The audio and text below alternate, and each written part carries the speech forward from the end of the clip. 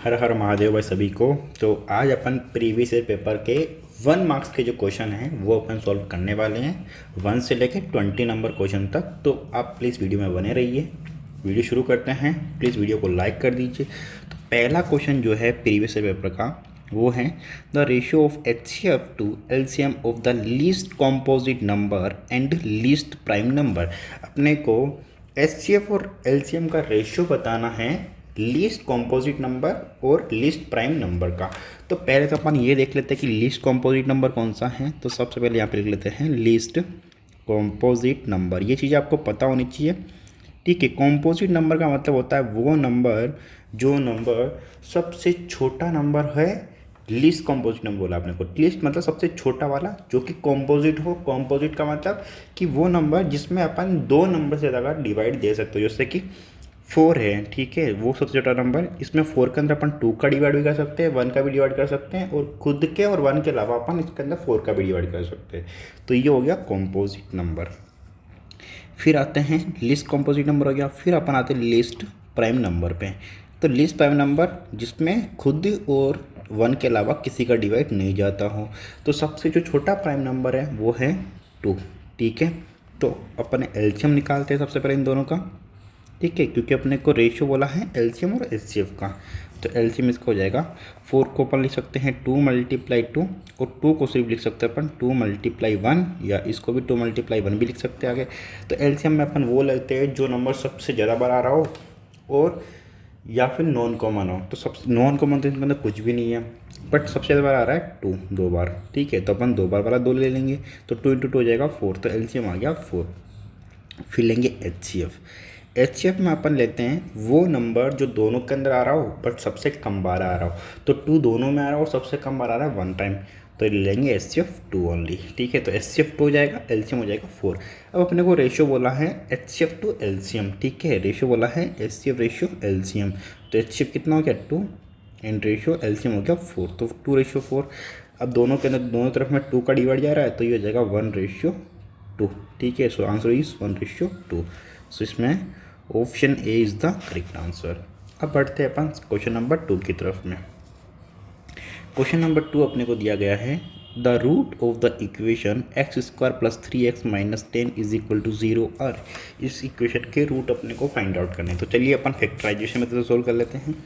अगर आपको factorisation method से नहीं आता है तो आप क्वाड्रेटिक फॉर्मूला से भी कर सकते हो, ठीक है। जो भी मेथड से आपको आता है उस मेथड से आप कर सकते हो। अभी फिलहाल मैं आपको सिखाऊंगा फैक्टराइजेशन मेथड से, और आप हमें कमेंट कर सकते हैं कि कौन सा मेथड आपको सीखना है और अच्छे से। अगर फैक्टराइजेशन या क्वाड्रेटिक जो भी आप सीखना चाहते हैं कमेंट कर सकते हैं। सो इसको लिखेंगे x² + 3x - 10 = 0। तो अपन तोड़ेंगे मिडल टर्म को। तो पहले फर्स्ट टर्म और लास्ट टर्म को मल्टीप्लाई करवाते हैं। तो ये फर्स्ट टर्म और लास्ट टर्म का मल्टीप्लिकेशन हो जाएगा -10x²। x² को हटा देंगे, फिर लेंगे अपन मिडल टर्म। तो मिडल टर्म में +3x, यहाँ पर हटा देंगे x को। अब देखो ये टर्म को जो है नेगेटिव आ रही है, मतलब प्रोडक्ट नेगेटिव कब होता है, जब एक नंबर पॉजिटिव हो और एक नंबर नेगेटिव हो। मतलब +3 को जो अपन ब्रेक करेंगे उसमें एक नंबर पॉजिटिव होगा, एक नंबर नेगेटिव होगा। तो अब पॉजिटिव कौन सा होगा नेगेटिव कौन सा होगा ये डिसाइड करने के लिए अपन देखेंगे मिडिल टर्म को। तो देखो मिडिल टर्म पॉजिटिव, इसका मतलब बड़ा नंबर पॉजिटिव होगा, छोटा नंबर नेगेटिव होगा।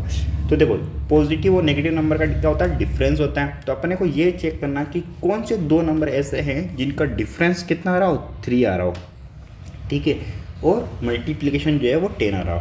तो अपने को पता है कि 5 × 2 होता है 10 एंड 5 - 2 होता है 3। तो अपन ले लेंगे +5 और -2, ठीक है।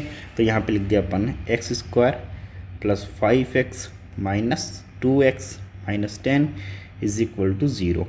इन दोनों में कॉमन आ जाएगा x, तो x + 5। इन दोनों में कॉमन आ जाएगा -2, तो यहाँ पर भी x + 5 = 0। तो x + 5 कॉमन आ गया दोनों जगह पे, तो पीछे बच गया x और इधर बच गया -2 = 0। तो एक हो गया x + 5 = 0 एंड एक हो जाएगा x - 2 = 0। तो ये हो गया x -5 और ये हो गया x = 2, ठीक है। तो जीरोस हो गए 2 एंड -5, या -5 और 2 कुछ भी लिख सकते हैं। तो यहाँ पे अपना ऑप्शन ए जो है मैच हो रहा है, तो ऑप्शन ए जो इसका करेक्ट आंसर हो जाएगा। ओके, कोई भी डाउट हो प्लीज़ कमेंट करें। अब करते हैं क्वेश्चन नंबर 3। क्वेश्चन नंबर 3 का अंदर है the next term of the AP √6 √24 √54। ठीक है, इस AP की अपने को नेक्स्ट टर्म बतानी है कि नेक्स्ट टर्म कौन सी होगी। ठीक है, तो देखो √6 को तो अपन √6 लिख सकते हैं, √24 को अपन लिख सकते हैं √4 × 6 एंड √54 को अपन लिख सकते हैं √9 × 6। ठीक है, तो ये √6, अब यहाँ पर देखो 4 का जो है स्क्वायर रूट हो जाएगा 2, तो ये हो जाएगा 2√6। यहाँ पे 9 का स्क्वायर रूट हो जाएगा 3, तो ये जाएगा 3√6। अब देखो √6 पहले मतलब 1√6, फिर 2√6, फिर 3√6, हर बार एक √6 जो है वो बढ़ता जा रहा है। ठीक है, मतलब क्या है, कॉमन डिफरेंस क्या हो जाएगा √6। तो अब अपन लास्ट वाले टर्म के अंदर √6 ऐड कर देंगे, तो अगली जो टर्म है वो हो जाएगी 4√6, बट 4√6 ऑप्शन में नहीं है, तो अपन क्या करेंगे कि जो 4 को जो है ना स्क्वायर रूट के अंदर भेज देंगे, तो 4 स्क्वायर रूट में जाके 4 हो जाएगा, है ना। तो इसको अपन लिख सकते हैं 4 × 6 और अंडर रूट, तो 4 × 4 16 और 16 × 6 66 या 96, तो ये हो गया अंडर रूट 96। तो option B is the correct answer. Okay, option B is the correct answer. अब अपन करते हैं next question, 4th number. So 4th number है the distance of the point -17 from x axis. अब देखो ये है y एक्सिस, ठीक है, और ये है x एक्सिस। अब मान लो पॉइंट यहाँ पर है, इस पॉइंट की x एक्सिस से जो परपेंडिकुलर डिस्टेंस है ना वो फाइंड आउट करनी है। अगर अपन कभी भी अपने को x एक्सिस या y एक्सिस से डिस्टेंस फाइंड आउट करने वाले, मतलब परपेंडिकुलर डिस्टेंस फाइंड आउट करनी है, तो यहाँ पर -17, तो अपने को सिर्फ ये देखना है कि अगर x एक्सिस से बोलें तो y का कोऑर्डिनेट देखना कि y का कोऑर्डिनेट कितना है। जैसे कि अपने को बोला है x एक्सिस से, तो y का कोऑर्डिनेट है 7, तो इसका मतलब कितनी डिस्टेंस रहेगी, 7 यूनिट, क्योंकि यहाँ से लेके यहाँ तक की जो डिस्टेंस होगी वो 7 होगी। ठीक है, 7 यूनिट, तो जितनी यहाँ पर होगी उतनी ही यहाँ पर होगी। ठीक है, अगर इधर -17 है तो x का वैल्यू -1 है, तो इसका मतलब कहाँ पर होगा, यहाँ पर होगा -1, और इधर में सपोज 7 है तो इधर 7, तो ये कोऑर्डिनेट कहाँ पर होगा, सब लगभग यहाँ पर। तो ये वाली डिस्टेंस है वो कितनी होगी, 7 यूनिट। ठीक है, अगर अपने को y एक्सिस से बोल दें तो x एक्सिस का कोऑर्डिनेट को क्या है वो चेक करना है। ठीक है, तो एक्सिस का सपोज मान लो नेगेटिव है, मतलब अपने को वैल्यू क्या लेनी है, पॉजिटिव वाली वैल्यू लेनी है, क्योंकि डिस्टेंस कभी भी नेगेटिव में नहीं हो सकती है। तो -1 है तो डिस्टेंस क्या हो जाएगी, 1 यूनिट। ठीक है, तो ये यहाँ पर जो इस क्वेश्चन का आंसर होगा वो होगा 7 यूनिट, मतलब ऑप्शन बी, क्योंकि अपने को एक्स एक्सिस से बोला था, तो अपन देखेंगे वाई का कोऑर्डिनेट। अब अपन बढ़ते हैं 5th क्वेश्चन की तरफ में। तो 5th क्वेश्चन है what is the area of a semi circle of diameter d। ठीक है, डायमीटर d है तो रेडियस कितनी की, रेडियस हो जाएगी डायमीटर अपॉन 2। अब अपने को बोला है सेमी सर्कल, तो सेमी सर्कल का एरिया कितना हो जाएगा, सर्कल के एरिया का हाफ, तो सर्कल का एरिया होता है πr²। ठीक है, तो इसका हाफ हो जाएगा 1/2 πr²। अब अपने को रेडियस दे रखी है π/2, तो ये हो जाए d/2, तो ये जाएगा 1/2 मल्टीप्लाई πr², मतलब d/2 मल्टीप्लाई d/2, तो ये हो जाएगा ऊपर पाई मल्टीप्लाई d इंटू d²। ठीक है, sorry pi multiply d² and upon नीचे हो जाएगा 2 × 2 4, 4 × 2 8, तो जाएगा 8। तो अब अपन देखते हैं पाई d² अपॉन 2 कहाँ पर आ रहा है, तो ये पाई d² अपॉन 8, सॉरी, तो यहाँ पर आ रहा है 1/4 1/8 4 1/8, तो 1/8 ये वाला आंसर जो है इसका सही हो जाएगा, करेक्ट आंसर, क्योंकि इसको π/d को अपन ऐसा लिख सकते हैं 1/8 मल्टीप्लाई πd²। ओके, तो ऑप्शन सी जो है इसका करेक्ट आंसर हो जाएगा। ठीक है, ये हो गया क्वेश्चन नंबर 5। अब बढ़ते हैं अपन नेक्स्ट क्वेश्चन की तरफ में। नेक्स्ट क्वेश्चन है 6th नंबर। तो इसमें दिया गया है the empirical relationship between the mode median and mean of A distribution is. तो यहाँ पर ये जो empirical relationship between mean mode median है ये आपको याद होना चाहिए। ये क्वेश्चन काफ़ी बार MCQ टाइप क्वेश्चंस के अंदर और कई बार इससे रिलेटेड, इस फॉर्मूला पे रिलेटेड, इस रिलेशन पे रिलेटेड बेस्ड क्वेश्चन जो होते हैं वो पूछे जाते हैं। तो आप फटाफट से अगर ये आपको याद हैं तो आप इन क्वेश्चंस को कर सकते हो, अगर नहीं याद है तो आप स्टक हो जाओगे। ठीक है, तो ये रिलेशनशिप जो होता है वो मैं आपको बता देता हूँ। तो ये फॉर्मूला जो है वो होता है mode is equal to 3 median minus 2 mean. ठीक है, तो यहाँ पर ऑप्शन ए जो है इसका करेक्ट आंसर होगा, mode is equal to 3 median minus 2 mean. कहीं पे ऐसा भी लिखा हो सकता है कि 3 median is equal to mode plus 2 mean, ठीक है, ऐसा भी लिखा हो सकता है, ठीक है। तो ये सेम ही है, बस यहाँ पर क्या है कि -2 मीन को इधर मोड की तरफ में भेज दिया। तो ये रिलेशन आपको याद होना चाहिए, इस पर कई बार जो है क्वेश्चन पूछा जाता है। तो ये मीन मोड एंड मीडियन के बीच में रिलेशन होता है। फिर आते हैं सेवन्थ क्वेश्चन। सेवन्थ क्वेश्चन है the pair of equations 2x is equal to y 5y plus 6 and 15y 6x minus 18 represent two lines which are. तो ये दोनों जो इक्वेशंस ऑफ लाइन हैं ये कौन सी लाइन को रिप्रेजेंट करते हैं, ये अपने को बताना है।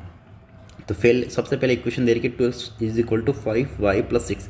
तो इस लाइन को अपन स्टैंडर्ड फॉर्म में लिख लेते हैं। तो इस लाइन का स्टैंडर्ड फॉर्म हो जाएगा, क्योंकि जो लीनियर इक्वेशन टू वेरिएबल का स्टैंडर्ड फॉर्म होता है वो होता है ax plus by plus C is equal to 0, ठीक है। तो अपन इसका स्टैंडर्ड फॉर्म में लिखेंगे सबसे पहले। तो इसका स्टैंडर्ड फॉर्म हो जाएगा 2x minus 5y minus 6 is equal to 0। अब यहाँ पर अपन a1 का वैल्यू फाइंड आउट कर लेंगे। तो a1 का वैल्यू 2, b1 का वैल्यू -5 एंड c1 का वैल्यू -6। अब अपन सेकेंड इक्वेशन को स्टैंडर्ड फॉर्म में लिख लेते हैं। तो सेकेंड फॉर्म का स्टैंडर्ड फॉर्म हो जाएगा 6x minus 15y minus 18 is equal to 0। तो यहाँ पर हो जाएगा a2 इज इक्वल टू हो जाएगा 6, b2 इज इक्वल टू हो जाएगा -15 and c2 is equal to हो जाएगा -18, ठीक है, -18। तो यहाँ पर सबसे पहले निकालेंगे अपन a1/a2 निकालेंगे। तो a1/a2 का वैल्यू हो गया 2/6 इज इक्वल टू 1/3। फिर निकालेंगे अपन b1/b2 को। तो b1/b2 हो जाएगा -5/-15, ठीक है, माइनस से माइनस कैंसिल, तो ये भी हो जाएगा 1/3। फिर अपन c1/c2 निकालेंगे। तो c1/c2 हो जाएगा -6/-18, तो माइनस से माइनस कैंसिल है, तो ये भी हो गया 1/3। तो देखो यहाँ पर a1/a2 इज इक्वल टू हो गया b1/b2 इज इक्वल टू हो गया c1/c2। तो ये किस लाइन की कंडीशन है ये आपको पता होना चाहिए। तो ये कंडीशन हो गई कोइंसिडेंट लाइन की, मतलब दोनों ही जो लाइन है वो एक दूसरे के ऊपर होगी यहाँ पर, ठीक है। तो ये हो जाएगा कोइंसिडेंट लाइन का। तो ऑप्शन सी जो इसमें करेक्ट आंसर हो जाएगा। मैं इसके साथ में आपको बता देता हूँ कि इंटरसेक्टिंग लाइन के लिए क्या कंडीशन होती है। तो इसके लिए कंडीशन होती है a1/a2 is not equal to b1/b2, ठीक है। पैरेलल के लिए होती है a1/a2 is equal to b1/b2 but not equal to c1/c2, ठीक है। आइदर इंटरसेक्टिंग और पैरेलल, ठीक है, कि इंटरसेक्टिंग भी और पैरेलल भी है। तो ऐसा तो पॉसिबल है नहीं, तो ऑप्शन डी तो कभी हो ही नहीं सकता। बट यहाँ पे इसका जो है सी ऑप्शन जो है करेक्ट आंसर हो जाएगा। अब अपन बढ़ते हैं क्वेश्चन नंबर 8 की तरफ में से। इसमें से कोई डाउट या किसी भी क्वेश्चन में से कोई डाउट हो तो प्लीज़ आप हमें कमेंट करके पूछ सकते हैं, I will answer you. Now next 8th question is if alpha beta are zeros of the polynomial x square minus 1 then value of alpha plus beta is। तो अपने को अल्फ़ा प्लस बीटा की value जो है वो find out करनी है। तो अल्फ़ा प्लस बीटा की जो वैल्यू है वो अपन दो तरह से फाइंड आउट कर सकते हैं। या तो अपन इसके रूट्स फाइंड आउट कर लें और दोनों रूट्स को अपन ऐड कर दें। एक तो है ये वाला मेथड, एक ये है कि अपने को पता है कि अल्फ़ा प्लस बीटा का जो रिलेशनशिप होता है जीरोज एंड कोफिशिएंट का होता है alpha plus beta is equal to -b/a। तो इससे भी कर सकते हैं। तो ये वाला मुझे ज़्यादा बेटर लगता है रूट्स फाइंड आउट करने के मुकाबले। तो रूट्स फाइंड आउट करेंगे फिर अपन ये करेंगे, तो इससे अच्छा अपन डायरेक्ट रिलेशनशिप लगा देते हैं। तो यहाँ पर इक्वेशन है x² -1 इज इक्वल टू 0। तो अपने को पता है कि जो जनरल फॉर्म होती है क्वाड्रेटिक इक्वेशन की वो होती है x² plus bx plus c is equal to 0। So इस इक्वेशन को कंपेयर करेंगे अपन। तो एक का जो वैल्यू है यहाँ पर अपने पास समझ आ जाएगा, एक्स का कोफिशिएंट क्या हुआ यहाँ पे 1 है, तो एक का वैल्यू हो जाएगा 1। फिर b, तो b का वैल्यू मतलब bx, मतलब x तो इसके अंदर है ही नहीं, कहीं पे है ही नहीं, मतलब x का वैल्यू क्या होगा, सॉरी b का वैल्यू क्या होगा 0, क्योंकि b वाला जो वेरिएबल है वो यहाँ पर है ही नहीं। फिर c मतलब कॉन्स्टेंट, तो c यहाँ पर -1 है कॉन्स्टेंट नंबर, तो ये जाएगा c -1। अब अपने को पता है कि alpha plus beta is equal to होता है -b/a, तो ये हो जाएगा alpha plus beta is equal to -b, मतलब -0/a, a मतलब 1, तो -0/1 प्लस 0 के अंदर अगर 1 का डिवाइड करेंगे अपन तो क्या आएगा 0 आएगा, ठीक है। तो alpha plus beta is equal to हो जाएगा 0। तो इसमें option D is the correct answer, okay. कोई भी डाउट हो प्लीज़ कमेंट करें। Next question 9th number question में यहाँ पर है √3 है, ओके, यहाँ पे √3 है। सो ये बोला कि if pole 6 meter high cast a shadow 2√3 meter long on the ground then sun's elevation is. तो यहाँ पर अपने को एंगल ऑफ एलिवेशन बताना है, ठीक है, एलिवेशन एंगल बताना है कि एलिवेशन एंगल कितना होगा सन का। तो सबसे पहले तो अपन को 6 मीटर हाई पोल दिया हुआ है, मतलब इस पोल का हाइट है 6 मीटर, उसकी जो शेडो है उसका लेंथ है 2√3 मीटर, ठीक है। तो ये तो हो गया परपेंडिकुलर और ये हो जाएगा यहाँ पे बेस। तो परपेंडिकुलर और बेस, तो परपेंडिकुलर अपॉन बेस होता है टेन थीटा, ये सुनो। तो अपने को यहाँ पे बेसिकली टेन थीटा का या जो भी साइन थीटा कोस्टा के जो फॉर्मूलाज होते हैं वो अपने को याद होने चाहिए, प्लस पीरियोडिक टेबल जो है वो यहाँ पे सॉरी जो ट्रिग्नोमेट्री टेबल है वो अपने को याद होनी चाहिए, ठीक है।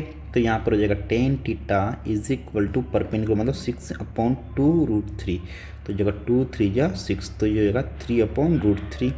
देखो 3/√3 तो कोई भी ट्रिग्नोमेट्री टेबल में कोई वैल्यू होती नहीं है, तो √3 को अपन यहाँ से हटाने के लिए 3 को यहाँ पर हटाने के लिए अपन √3 को ऊपर नीचे मल्टीप्लाई करा देंगे, ठीक है। तो ऊपर हो जाएगा 3√3 और नीचे हो जाएगा √3 × √3 3 हो जाएगा, तो 3 से 3 कैंसिल, तो ये आ गया √3। तो अपने पास में टेन थीटा का जो वैल्यू है वो हो गया √3। अब अपने को ये पता होना चाहिए कि टेन थीटा का वैल्यू √3 कब होता है। सो टेन थीटा का जो वैल्यू है वो होता है √3 होता है 1060 डिग्री पे।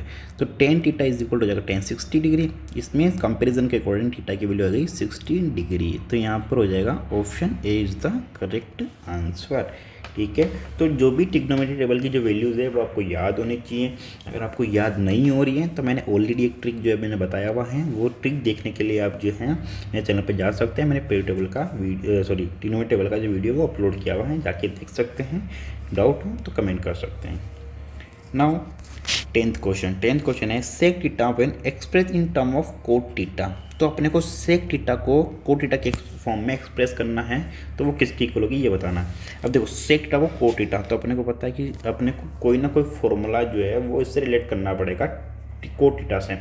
तो अपने को ये पता है कि कोट थीटा जो है ना वो डायरेक्टली तो इससे सेक से कनेक्टेड नहीं होता है, बट कोट कनेक्टेड होता है टेन थीटा से और टेन थीटा कनेक्टेड होता है सेक थीटा से। तो अब अपन है ना सेक के थ्रू जाएंगे अपन टेन पे और टेन के थ्रू जाएंगे अपन कोट पे, ये सुनो। तो ऐसा अपन करेंगे। तो अपने को पता है सबसे पहले एक फॉर्मूला होता है sec square theta is equal to 1 + tan square theta, ठीक है। या अपन लिख सकते हैं 1 + tan square theta equal to sec square theta, okay. तो ये हो गया sec square theta equal to 1 + tan square theta. तो इसको अपन लिख सकते हैं 1 + 1 कोट स्क्वायर थीटा। अब यहाँ पर देखो 1/1, तो अपन कोट स्क्वायर थीटा को ले लेंगे एलसीएम। तो ये कोट स्क्वायर थीटा आ गया एलसीएम, तो ये हो जाएगा कोट स्क्वायर थीटा +1, ठीक है। अब अपन यहाँ पर सेक स्क्वायर, तो सेक स्क्वायर हटा देंगे अपन, तो ये जगह sec theta is equal to under root के अंदर 1 + कोट स्क्वायर थीटा लिख सकते हैं इसको अपन अपॉन कोट स्क्वायर थीटा। अब देखिए यहाँ पर ऊपर वाला तो है 1 + कोट स्क्वायर थीटा, तो वहाँ पे बीच में प्लस आ जा रहा है, तो अपन यहाँ पे स्क्वायर हटा नहीं सकते, बट नीचे पे simply only coat square theta, तो इसका स्क्वायर अपन हटा सकते हैं और रूट को हटा देंगे नीचे से। तो ये हो जाएगा अंडर रूट, ऊपर में तो लगा रहेगा 1 + cot square theta and divided by नीचे हो जाएगा कोट थीटा। अब देखते कि ये किससे मैच हो रहा है। तो यहाँ पर अपन देख रहे हैं कि under root 1 + cot square theta, तो ऑप्शन सी जो इससे मैच हो रहा है। तो यहाँ पर ऑप्शन सी जो है वो इसका करेक्ट आंसर हो जाएगा। इस टाइप के और भी क्वेश्चन मैंने ऑलरेडी सॉल्व करवा रखे चैनल पे, तो वो जाके देख सकते हैं, विजिट कर सकते हैं, ठीक है। अब बढ़ते हैं अपन क्वेश्चन नंबर 11 पे। सो क्वेश्चन नंबर 11 है 2 dice are thrown together, the probability of getting the difference of numbers on their upper faces equal to 3 is। मतलब अपर फेसेस पे जो भी नंबर आते हैं उनका डिफरेंस 3 होने की जो प्रोबेबिलिटी है वो कितनी होगी। तो इसके लिए अपने को जो आउटकम्स हैं वो अपने को लिखने होंगे, कि जो भी टोटल आउटकम होंगे ना वो लिखने होंगे अपने को। देखो 2 डाइस होने पे कितने कौन से पॉसिबल आउटकम हो सकते हैं। तो सबसे पहले तो अपने को पता है कि डाइस के अंदर 1 से लेकर 6 तक नंबर हो सकते हैं। तो 1 से लेके 2 3 4 5 एंड 6। तो 1 के साथ में सबसे पहले दिया 1 आ सकता है, 2 के साथ में 1 आ सकता है, 3 के साथ में 1 आ सकता है, 4 के साथ में 1 आ सकता है, 5 के साथ में भी 1 आ सकता है और 6 के साथ में भी 1 आ सकता है, ठीक है। फिर अगली बार अगर मैं मान लो करूँ थ्रो, तो पहले मैं 1 2 3 4 5 6 लिख लेता हूँ। अब हो सकता है इस बार 1 के साथ में 2 भी आ सकता है, इस बार 2 भी आ सकता है, यहाँ पे भी 2, यहाँ पे भी 2, यहाँ पे भी 2, यहाँ पे भी 2, तो सभी के साथ में 2 आ सकता है। फिर अगेन 1 2 3 4 5 6, इस बार सभी के साथ में हो सकता है 3 आ जाए।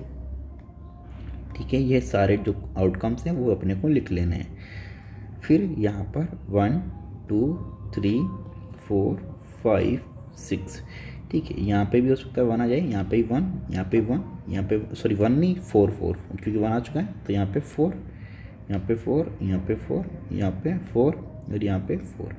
फिर नेक्स्ट में 1 2 3 4 5 6, ठीक है, यहाँ पे 5 आ सकता है, 5 5 5 5 और 5। फिर नेक्स्ट लाइन 1 2 3 4 5 एंड 6, तो यहाँ पे 6 6 6 6 6 एंड 6। अब अपन देखते हैं कि इनमें डिफरेंस 3 जो है वो कहाँ कहाँ पे आ रहा है आउटकम के अंदर।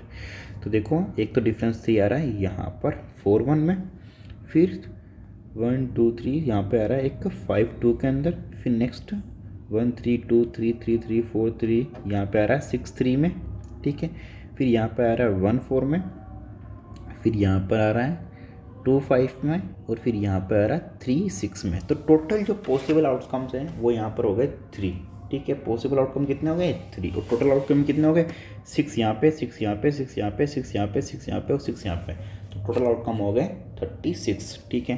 तो यहाँ पे जो प्रोबेबिलिटी है वो जाएगी possible outcome divide by total outcome, ठीक है। तो पॉसिबल आउटकम कितने हैं यहाँ पे 6 एंड टोटल आउटकम है 36, तो ये जाएगा 1/6।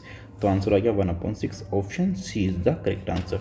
तो जब भी आपको इस टाइप का क्वेश्चन मिले तो आप जो है उसके सभी जो आउटकम्स है वो लिख ले, और फिर उसमें चेक कर ले कि कहाँ कहाँ पे डिफरेंस है, जो भी आपको दिया गया है वो कितनी जगह पे आ रहा है, देन काउंट एंड जो भी पॉसिबल आउटकम आपको टोटल आउटकम आपके बड़ा लगा के फाइंड आउट कर सकते हो। अब अपन क्वेश्चन करेंगे क्वेश्चन नंबर 12। यहाँ पे दिया गया है in the given figure triangle A B C is similar to triangle Q P R. तो ए बी सी जो ट्राइंगल हैं वो सिमिलर दिया गया है ट्राइंगल क्यू पी आर के। तो ए सी की जो वैल्यू है वो 6 सेंटीमीटर दिया है, B C 5 centimeter, Q R 3 centimeter and P R का वैल्यू x दे दिया। तो पी आर की वैल्यू फाइंड आउट करनी है। तो सबसे पहले देखो ए सी, तो अपने को पता है कि जो ट्राइंगल सिमिलर होते हैं उनकी कोरस्पॉन्डिंग साइड का जो रेशियो है वो अपने को बराबर होता है। तो यहाँ पे ए बी है, ठीक है, तो ए बी है, तो ए बी की कोरस्पॉन्डिंग साइड कौन सी होगी, तो अपन नेम के अकॉर्डिंग चलते हैं, तो नेम के अकॉर्डिंग होगी क्यू पी, ठीक है। और हमेशा नेम के अकॉर्डिंग ही करना है। अगर अपने को सिमिलर दिए हो, डायग्राम में जो है इधर उधर घुमा के दिया हो सकता है तो अपना उसमें कन्फ्यूज जाएगा, तो नेमिंग अपने को देखनी है। तो A B upon Q P या पी क्यू भी लिख सकते हो आप। मैं अभी अकॉर्डिंग नेम चलता हूँ, तो A B upon Q P is equal to फिर बी सी, ठीक है। तो बी सी अपॉन यहाँ पे क्या हो जाएगा, लास्ट में पी आर आ रहा है बी सी के अकॉर्डिंग ऊपर, तो यहाँ पे पी आर, फिर पी सी के बाद में ए सी, ठीक है। तो ए सी पर क्या हो जाएगा ए सी क्यू आर, तो ये क्यू आर। अब देखो अपने को दिया हुआ है ए सी, तो यहाँ पर कौन कौन सा रिलेशन लगेगा, एक तो ए सी वाला, ठीक है, एक तो ए सी वाला और एक बी सी वाला, ठीक है। तो यहाँ पर अपन को ये वाले दो ले लेते हैं, क्योंकि ए बी और पी क्यू जो है अपने को दिया भी नहीं है और पूछा भी नहीं है, तो इसको दोनों को छोड़ देते हैं। तो बी सी दिया अपने पास में कितना 5 अपॉन पी आर अपने को दिया है x इज इक्वल टू ए सी दिया अपने को 6 एंड अपने को पी आर ए सी के नीचे क्यू आर अपने को दिया है 3। सो ये हो जाएगा 3 2 या 6, तो इधर 2 आ गया, तो 2 तो जाकर डिवाइड हो जाएगा, x क्रॉस मल्टीप्लाई जाएगा, तो ये जाएगा 5/2 इज इक्वल टू x, और 5/2 हो जाएगा 2.5 सेंटीमीटर, ठीक है। तो यहाँ पे 2.5 कौन सा ऑप्शन आ रहा है, option B is the correct answer. Okay, कोई भी डाउट हो कमेंट कर सकते हैं, ठीक है। इसके अलावा आप और डिटेल में आप जानना चाहते हैं तो मेरे चैनल पे वीडियोस हैं, आप जाके देख सकते हैं एंड समझ सकते हैं। और इस साल का जो सीबीएसई बोर्ड का सैम्पल पेपर है वो भी मैं ऑलरेडी 1-to-1 क्वेश्चन जो है वो सोल्व करवा चुका हूँ, तो वो भी जाकर आप देख सकते हो। सो ना क्वेश्चन नंबर 13, यहाँ लिखा है the distance of the point -68 from origin is. तो -68 जो पॉइंट है, इस पॉइंट की अपने को ओरिजिन से डिस्टेंस निकालनी है। तो ओरिजिन के जो कोऑर्डिनेट्स होते हैं वो होते हैं 0 0, ठीक है। ओरिजिन को अपन डिनोट करते हैं 0 से, ओ से, तो ये हो गया O 0 0। फिर इस पॉइंट को अपन मान लेते हैं P, ये हो जाएगा -68, ठीक है। अब डिस्टेंस निकालनी है, तो डिस्टेंस का फॉर्मूला क्या होता है, डिस्टेंस इक्वल टू होता है under root x2 minus x1 का whole square plus y2 minus y1 का होल स्क्वायर। तो यहाँ पर हो जाएगा distance is equal to under root, इसको मान लेते हैं अपन x1 y1, इसको मान लेते हैं अपन x2 y2। तो यहाँ पर हो जाएगा -6 minus 0 square plus 8 minus 0 square. ठीक है, distance is equal to under root 6 minus 0 हो जाएगा -6 ही, तो -6 का स्क्वायर हो जाएगा 36 प्लस 8 माइनस 0 हो जाएगा 8 और 8 का स्क्वायर हो जाएगा 64 इज इक्वल टू, दोनों को ऐड करेंगे तो हो जाएगा 100 और 100 का स्क्वायर होता है 10। तो डिस्टेंस इतना कितना आ गया यहाँ पे 10 यूनिट। ठीक है, मेजरमेंट कभी भी अगर नहीं लिखा हो दिया हो तो यहाँ पे 10 यूनिट में लिखना है। यहाँ पे हालांकि दिया हुआ नहीं है ऑप्शन में, बट जब आंसर टाइप क्वेश्चन हो तो वहाँ पे आपको यूनिट लिखा नहीं है, तो ऑप्शन डी जो है उसका करेक्ट आंसर हो जाएगा। Okay, now question number 14।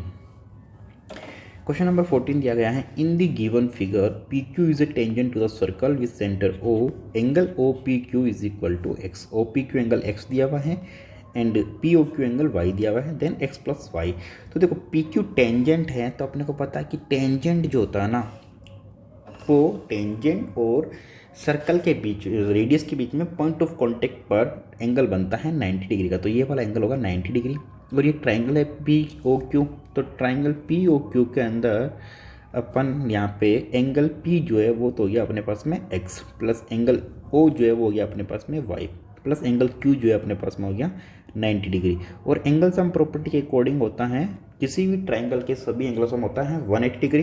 तो x plus Y plus 90 is equal to 180 degree. तो ये हो जाएगा x plus Y is equal to 180 minus 90 is equal to 90 degree. तो x प्लस वाई का वैल्यू हो गया कितना, 90 डिग्री। ओके, तो यहाँ पे देखेंगे ऑप्शन बी जो है उसका करेक्ट आंसर हो जाएगा। अब बढ़ते हैं अपन क्वेश्चन नंबर 15 पे। सो क्वेश्चन नंबर 15 अपने को दिया गया है, in the given figure T A is tangent to the circle with centre O such that O T is equal to 4 centimeter, angle O T A is equal to 30 degree, then length of T A is. तो अपने को T A का जो length है वो अपने को find out करना है। तो ये आगे टी ए, ये हो गया टेंजेंट है, तो यहाँ पे जो रेडियस है इसके बीच में पॉइंट ऑफ कांटेक्ट पर एंगल बनेगा 90 डिग्री। तो ये एक राइट एंगल ट्रायंगल अपने पास बन गया। तो ये हो गया परपेंडिकुलर, ये हो गया बेस, और ये हो गई हाइपोटेनियस। तो यहाँ पर अपने को ये वाला एंगल दिया हुआ है 30 डिग्री, तो बोला है कि टी ए फाइंड आउट करो, मतलब लेंथ ऑफ टेंजेंट निकालना है। तो यहाँ पर अपने को हाइपोटेनियस अपॉन बेस दे दिया, ठीक है, या फिर हाइपोटेनस बेस या बेस अपॉन हाइपोटेनस भी लिख सकते हैं। तो बेस अपॉन हाइपोटेनस का जो रिश्ता होता है वो तो होता है कोस थीटा का, और अगर अपन इसको हाइपोटेनस अपॉन बेस लिखे तो ये रिश्ता होता है सेक थीटा का। तो जो भी रिश्ता अपन लेना चाहे वो ले सकते हैं। यहाँ पे मैं ले लूँगा कोस थीटा वाला, ठीक है। तो कोस थीटा वाले रिलेशन के अकॉर्डिंग मैं इसको लिख दूँगा कोस 30 डिग्री, क्योंकि अपने को थीटा 30 डिग्री दिया हुआ है। तो 30 degree is equal to base upon hypotenuse, तो बेस है यहाँ पर b, मतलब जो कि टी ए है, अपॉन हाइपोटेनस है यहाँ पे 4 सेंटीमीटर, सॉरी। ओके, अब कोस 30 का वैल्यू अपने को पता होना चाहिए। सो कोस 30 का जो वैल्यू होता है वो होता है √3/2। तो ये हो जाएगा √3/2 इज इक्वल टू TA/4। तो क्रॉस मल्टीप्लाई कर देंगे अपन, तो ये हो जाएगा TA is equal to √3/2 multiply 4। So 2 2 या 4 कैंसिल हो जाएगा, ठीक है। तो ये हो जाएगा 2√3 सेंटीमीटर। ओके, तो इसमें आंसर हो जाएगा option A is the correct answer. Okay, now next question 16 number question दिया गया है, in triangle A B C P Q parallel to B C, P B is equal to 6 centimetre, A P is equal to 4 centimetre, A Q is equal to 8 centimetre, then find the length of A C. तो A सी का length find out करना है। ए सी मतलब यहाँ से लेके यहाँ तक। अब देखो ए पी दिया हुआ है ए पी दिया है 4 सेंटीमीटर, पी बी दिया है 6 सेंटीमीटर, ए क्यू दिया है 8 सेंटीमीटर। तो क्यू सी अपन मान लेते हैं सपोज x। तो अगर अपन ए क्यू और क्यू सी को ऐड कर देंगे तो ए सी फाइंड आउट हो जाएगा। अब देखो यहाँ पर ये जो लाइन है ना वो इस लाइन के पैरेलल होगी, ठीक है। तो यहाँ पर अपन यूज़ करेंगे बीपीटी थ्योरम का।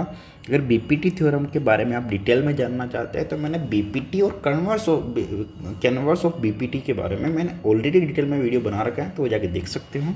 ठीक है, और आप मुझे कमेंट कर सकते हो, मैं आपको लिंक प्रोवाइड करवा दूंगा।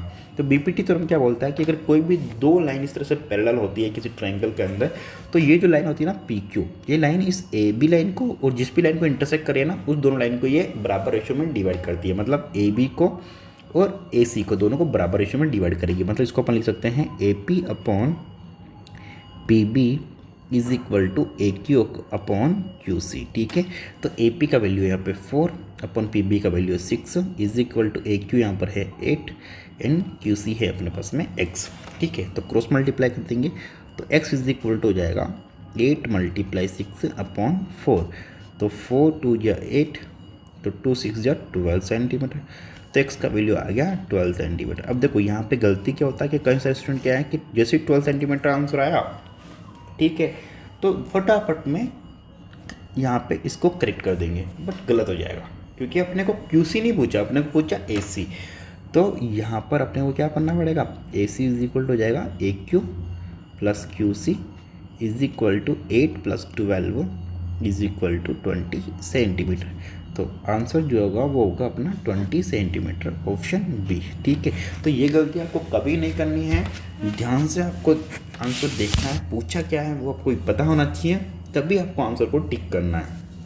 ओके, अब बढ़ते हैं नेक्स्ट 17 नंबर क्वेश्चन पे। 17 नंबर क्वेश्चन है, if alpha beta are the zeros of polynomial P X, अपने पॉलिनोमियल दे रखी है 4x square minus 3x minus 7 is equal to 0, then 1 upon alpha plus 1 upon beta is equal to. ठीक है, तो 1 upon alpha plus 1 upon beta का value find out करना है।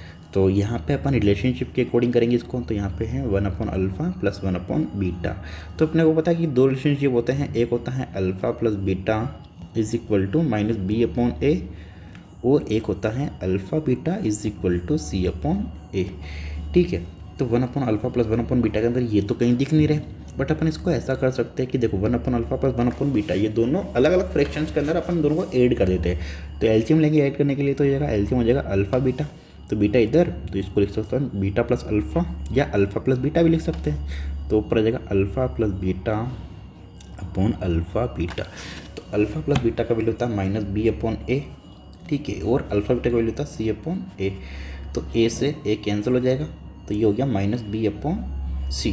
ठीक है, तो माइनस बी, इस इक्वेशन के अंदर अपने को ए बी और सी की वैल्यूज पता होनी चाहिए। तो ए का वैल्यू हो जाएगा 4, बी का वैल्यू हो जाएगा -3 एंड सी का वैल्यू हो जाएगा -7। ठीक है, तो minus B means -3 divide by C, C का वैल्यू -7।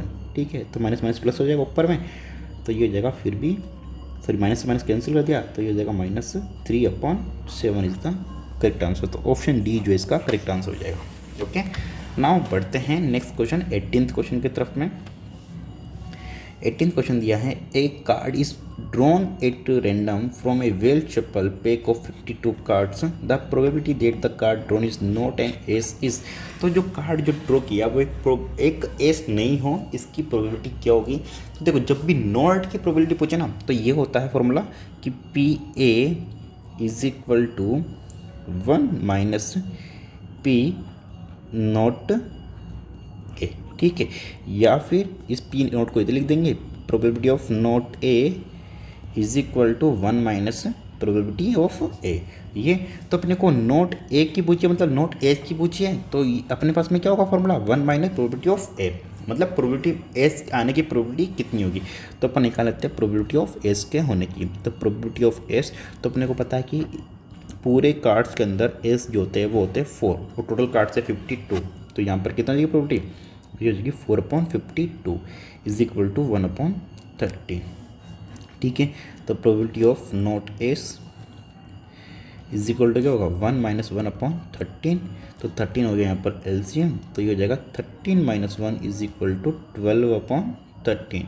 तो probability of not S is equal to 12/13 हो गया आंसर। ठीक है, तो ऑप्शन डी जो इसका करेक्ट आंसर हो जाएगा। ठीक है, तो ये फॉर्मूला आपको याद रखना है कि अगर कभी भी अपने को प्रोबेबिलिटी ऑफ नॉट की पूछें तो उसको 1 में से माइनस कर देना है प्रोबेबिलिटी होने को। ठीक है, ये एक तरीका अच्छा तरीका है। ये आ गया आंसर।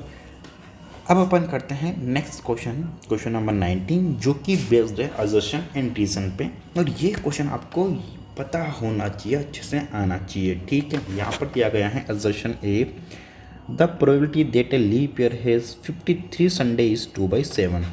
ठीक है, अभी इसको मैं शॉर्ट में आपको करवा देता हूँ। अगर इसका लॉन्ग वीडियो आपको देखना है चैनल पे आपको मिल जाएगा, इसका और इसका नेक्स्ट क्वेश्चन है 20, दोनों क्वेश्चन आपको डिटेल में मिल जाएंगे।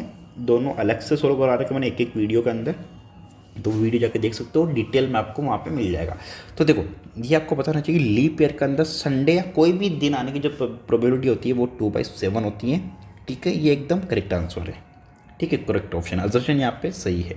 फिर रीज़न आर, तो यहाँ पे था probability that not leap year has 53 Sunday is 5/7।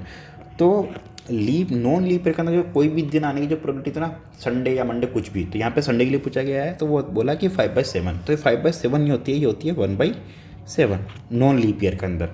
ठीक है, अगर लीप ईयर होता तो 2/7, नॉन लीप ईयर होता तो 1/7। ठीक है, कैसे होगी ये मैंने समझा रखा है डिटेल वीडियो के अंदर। तो यहाँ पे 1/7, तो ये रीज़न गलत है, असर्शन सही है। तो देखो यहाँ पे है कि both assertion and reason are true, जो कि नहीं होगा। Both assertion reason are true but R is, तो ये भी नहीं होगा। फिर assertion A is true but reason R is false, तो ये ऑप्शन जो इसका करेक्ट हो जाएगा। असर्शन फॉल्स और रीज़न आर ट्रू, ये वाला नहीं होगा। तो ऑप्शन सी जो इसका करेक्ट आंसर होगा कि assertion A is true but reason R is false. ठीक है, तो option C is the correct answer. अब अपन बढ़ते हैं क्वेश्चन नंबर 20 की तरफ में। तो ये भी क्वेश्चन जो है मैंने डिटेल में करवाया हुआ है आगे। ठीक है, तो इसका डिटेल वीडियो आप जाके देख सकते हो। अब देखो, असर्शन दिया है कि a B c are in an A P if 2b is equal to a plus c. तो यहाँ पर आपको पता होना चाहिए कि कोई भी अगर तीन टर्म्स लगातार, तीन टर्म्स जो है वो ए पी के अंदर हो, तो मिडल टर्म जो है वो डबल होती हैं साइड के दोनों के सम का। तो यहाँ पर a plus C is equal to 2b होगा। तो ये स्टेटमेंट जो है वो एकदम सही है। ठीक है, फिर लिखा है the sum of the first n odd natural number is n²। तो पहले फर्स्ट n ओड नंबर का जो सम होता है वो n² होता है। तो ये एक फॉर्मूला है और इसका प्रूफ भी जो है वो दिया हुआ है। ये आपको तो याद होना चाहिए, पहला स्टेटमेंट भी आपको याद होना चाहिए। अगर आपको जानना कि कैसे, तो मैंने डिटेल वीडियो के अंदर सोल्व करवाया है। रीज़न आर, इसका भी कैसे, तो वो मैंने बताया हुआ है डिटेल वीडियो के अंदर। तो यहाँ पर ये भी करेक्ट है और ये भी करेक्ट है, बट ये ए जो है रीज़न जो है वो असर्शन का एक करेक्ट एक्सप्लेनेशन है या नहीं है वो अपने को देखना है। तो देखो, ये तो किसका आ गया, ए पी का आ गया। ठीक है, और ये ए पी का नहीं है, ये एक ओड नंबर का रिलेशन है ये। ठीक है, तो ये इसका करेक्ट ऑप्शन यहाँ पर नहीं है। तो यहाँ पर अपन देखो, यहाँ पे लिखा है कि both assertion reason are true and reason are is correct explanation of assertion A, जो कि नहीं होगा। तो ये ऑप्शन यहाँ पर नहीं होगा। ठीक है, both assertion and reason are true and reason are is not correct explanation of assertion A. तो ये एकदम सही होगा कि दोनों सही है, बट रीज़न जो है वो असर्शन का एक्सप्लेनेशन नहीं है। तो ऑप्शन बी जो इसका करेक्ट आंसर हो जाएगा। So option B is the correct answer here.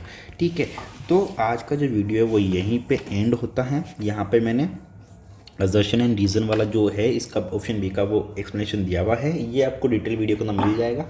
ठीक है, बाकी ये वीडियो यहीं पे एंड होता है। ठीक है, अगर आपको कोई भी क्वेश्चन अगर पूछना हो तो आप हमें यहाँ पे मैसेज कर सकते हैं, कमेंट कर सकते हैं। ठीक है, कोई भी जो डाउट है, कोई भी जो क्वेश्चन है वो आपको आप यहाँ पे हमें पूछ सकते हैं। बाकी आपकी कोई क्वेरी हो प्लीज़ कमेंट कर सकते हैं। वीडियो को लाइक ज़रूर करें, अपने दोस्तों साथ में ज़रूर शेयर करें एंड प्लीज़ वीडियो अच्छी लगे तो ज़रूर लाइक करें। बाकी मिलते हैं नेक्स्ट वीडियो के साथ, तब तक के लिए bye bye, take care, thank you so much. Har Har Mahadev, लिख दीजिए हर हर महादेव।